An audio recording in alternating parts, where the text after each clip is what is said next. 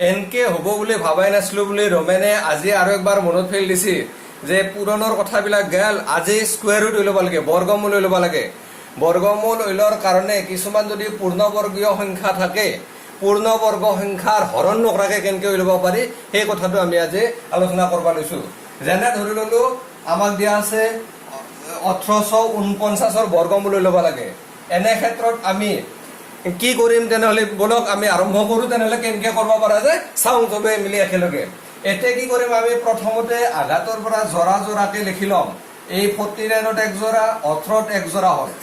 এই 49ৰ এই 9টো আমি এনেকে চাম যে দুটা নম্বৰ, কি নম্বৰ, কোন কোন মানে কেইটামান নম্বৰ কাৰ বৰ্গ কৰিলে, কি সংখ্যাৰ বৰ্গ কৰিলে 9 পাব পাৰি। যে 9 পাব পাৰি মানে একেবাৰে এককৰ ঘৰৰ অংকটো 9 হ'ব।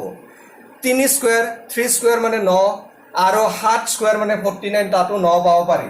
তাৰমানে ইয়াৰে কাৰণে আমি দুটা আমাৰ সম্ভাৱ্য নম্বৰ থাকিল, 3 আৰু 7। সেইটোৰ কাৰণে তাৰপিছত আমি এৰে কোনটো ল'ম আমি নাজানো। এবাৰ আমি এই 18টোৰ কাৰণে কি চাব লাগিল, এতিয়াও একে আমি দুটা চাম এতে, কিন্তু এতে দুটা নম্বৰ স্কুৱেৰ কৰিম, এটা সৰু আৰু এটা ডাঙৰ। কাতকে সৰু, এটাৰ বৰ্গ 18তকৈ সৰু আৰু এটাৰ বৰ্গ 18তকৈ ডাঙৰ, এনেহেন চাম। তেনেহ'লে আমি 4 স্কুৱেৰ কৰিলে কিমান পাওঁ, 16। 4 স্কুৱেৰ যিহেতু 16 পালো, আৰু 5 স্কুৱেৰ কৰিলে কিমান পাওঁ, 5 স্কুৱেৰ কৰিলে আমি 25 পাওঁ। এৰে এতিয়া আমি এই সৰু নম্বৰটো আমি লগে লগে লৈ ললো 4 আমি এতিয়া লিখি ললো এই 4টো। আৰু তাৰ পিছতে এই দুটা নম্বৰৰ কোনটো ল'ম আমি তেতিয়া আমি কি চাম, এই 18ৰ ওচৰত এই নম্বৰ দুটাৰ 16 আৰু 25ৰ কোনটো 18ৰ ওচৰত আছে।